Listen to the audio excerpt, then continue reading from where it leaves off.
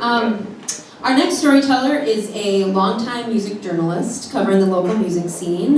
He runs a music podcast and also a long-running music blog. Please welcome Jeff Milo.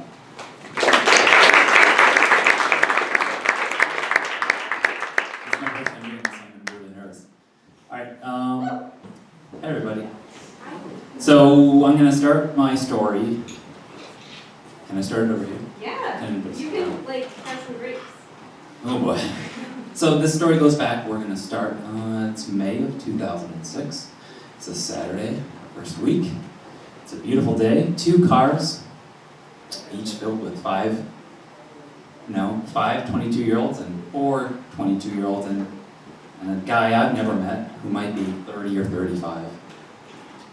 All of my roommates we just spent 2 years living together in a house in East Lansing, and we graduated from college 24 hours prior to this. We decided that we wanted to make a spectacle of it and drive west on 94 to Sleeping Bear Dunes and spend the night camping and maybe take some psychedelic drugs. Maybe. That's where the 32-year-old came in. I had never met him. He might have been named Tim. He had a very bedraggled look about him. And I'm just going to refer to him throughout the rest of the story as our handler, because we figured if we were going to be out in the wilderness with heads full of acid, one of us had better be straight and somewhat mature. So he was going to keep an eye on us, I guess, and be our sort of park ranger. I had never done this. I'd never taken drugs before. My drug of choice was just pass blue ribbons. I was a pretty straight shooting average college kid. But gosh, I mean, I just we had just had a giant house party in this house. I had gotten maybe 2 hours of sleep that Friday night, and we got up Saturday, and I packed all my shit into my car because my life was about to begin. And then everyone's like, let's get into these cars and go over to the beach, and we're gonna maybe take some acid. And that's what happened. I didn't even take a sleeping bag. I just got into the back seat of a car and said, all right, this sounds great, let's do it. So we all get there and we all spill out of these cars. It's pure Michigan, Lake Michigan is right there. It's a beautiful, beautiful night. I'm not even worried about not even having a sleeping bag. And we all line up, the 9 of us, it's like we're about to receive medals or first communion or something, as Tim just starts walking down, delivering our. I'm last in line, so I don't know what's happening. I'm like, oh, what are they getting down there? And everyone's sort of getting something from Tim as he comes down the line. Tim finally comes to me and he's like, so I have a tab of acid, or I have some shrooms. And I was like, I was like, both? And I downed them like aspirin. And then my 2 closest friends in this 9-person circle come to me and we form this quick triangular conference, and they're like, which one did you take? Oh, just the acid. No, it's gonna be great, let's do it. They're like, yeah, we're really excited about this. Let's just have a really nice night together. We're gonna taste colors. We're gonna levitate. We're gonna see the future. It'll be great. So the 3 of us start wandering off, and I think Tim is the one who starts a fire. I'm sorry, our handler. Our handler starts this big bonfire right around the sand, and we start sort of just gathering around it and just waiting for the acid to take hold.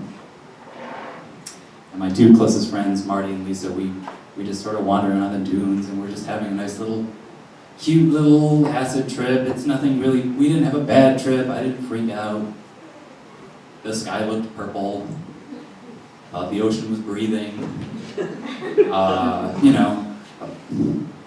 had nothing, I didn't see things. It wasn't like 2001 Space Odyssey, but it was okay. And apparently I didn't take enough shrooms for it to be a lethal cocktail. But my friend Everett, back at the bonfire, starts talking to himself.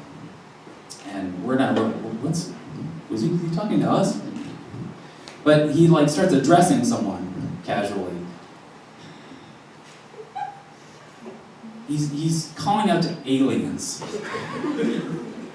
Casually at first, the way you would like call up to your mom, like, "Mom, is dinner ready yet?" He's like, "Aliens?" and we're kind of like trying to make sense of a one-sided conversation that he's having with these aliens, and he's coming out to the ocean, and he's sort of like, or the lake, I'm sorry. He's coming up and he's just staring off into the horizon like the aliens are out there, and he's just like talking to them. And eventually the conversation escalates because he seems to think that the aliens want him to jump in the fire.